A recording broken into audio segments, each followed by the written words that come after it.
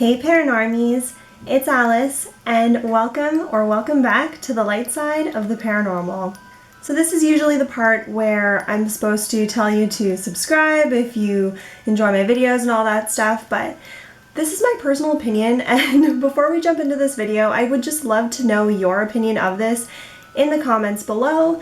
I just feel like you should be able to try before you buy, you know what I mean? Like, if I were to say that now, then you don't know if you're gonna like this video or not, and you're just blindly subscribing and trusting me that you're gonna enjoy my content. So I'm gonna say that at the end of the video. I know that a lot of people say at the beginning, but I just kind of feel like, how do you know if you're gonna like it? And why would you subscribe now when you could watch the video and then do it later? You know what I mean? But like, stay tuned, you know?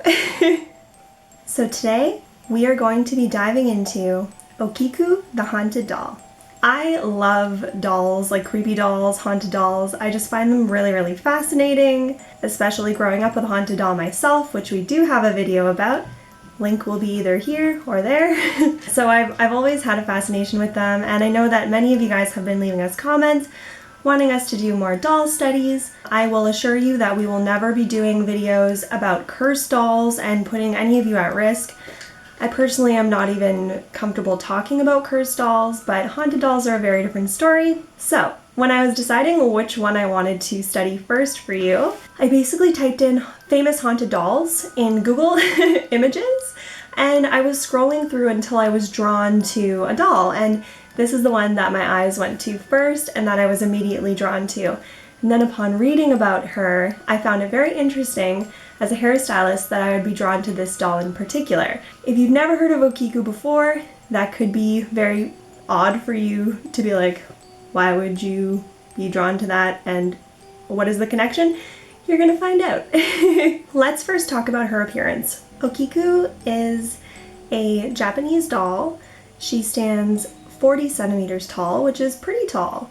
She's dressed in a traditional pink kimono. She normally has shoulder-length black hair with really blunt straight across bangs, piercing beady black eyes, and it has been said that she has flesh-like, realistic-looking skin. So here is her backstory. Okiku the doll was purchased in 1918 in Sapporo, Japan.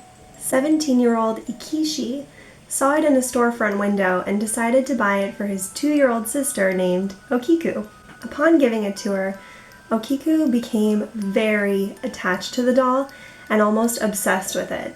She was never seen without this doll. When asked what she had named it, she said Okiku after herself because of her deep connection with the doll. I mean, as a 2-year-old, I don't know that she was able to articulate that that's why she named it, but it is just said that that's why she named it after herself.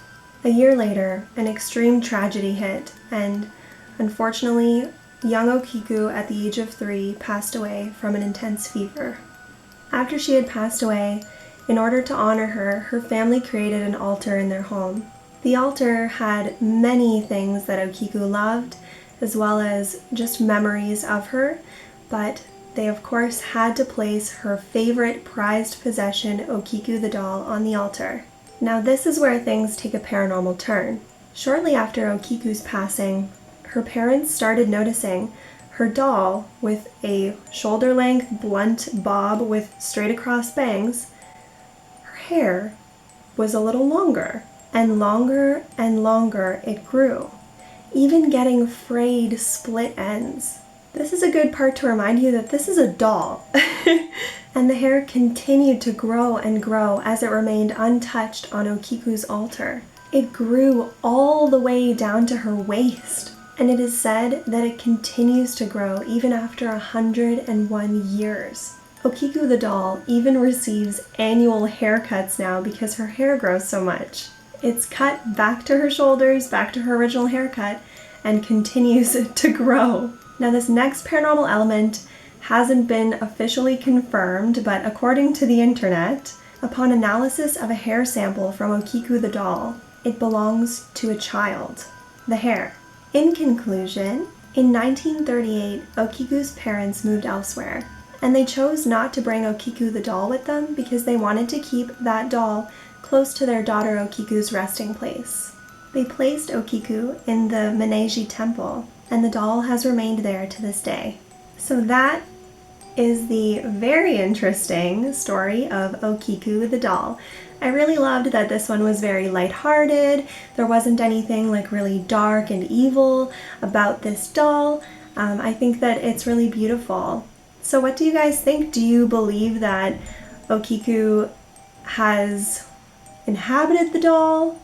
Do you believe that the doll was just loved so much that it came to life? Or do you have any other theories? It definitely has kept me thinking, that's for sure. Before I filmed this, I was really trying to come up with my own opinion, and I would say that I want to believe that Okiku's spirit has moved on and is resting.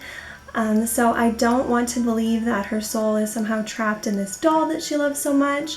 However, I do believe that that deep connection really could have given this doll lifelike properties, or possibly maybe she has the ability to inhabit the doll in an effort to visit her parents when it was in their home.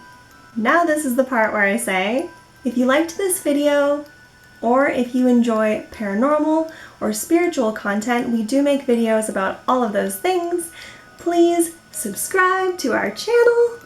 We put out videos every week, sometimes twice a week. Like this video if you want to see more videos about haunted dolls. Thank you so much for taking the time to watch this, and live your life with love and light. We'll see you next time. Bye!